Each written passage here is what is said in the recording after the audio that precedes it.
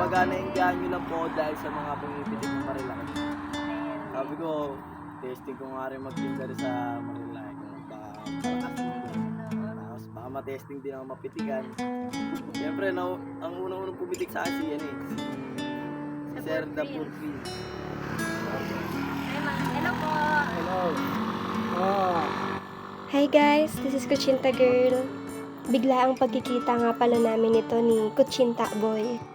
Sana pag nakita nyo kami sa daan, dyan sa Marilaki, sana pagbilhan nyo kami. Dahil pag bumili kayo sa amin, ay malaking tulong na yun. Para sa dahilan kung bakit ba kami nagtitinda. Maraming salamat sa pagiging mabuti nyo sa amin. Napakalaking bagay, yung ngiti nyo pa lang. At pitik, lalo na sa mga pitikeros.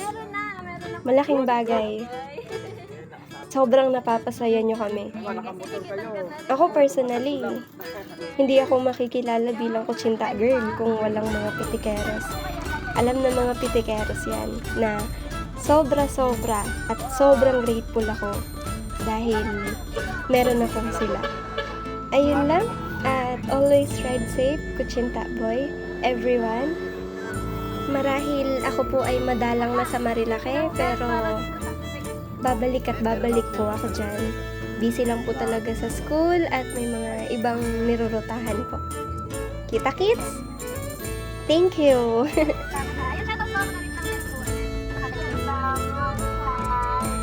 Salamat ha. Sana makaubos.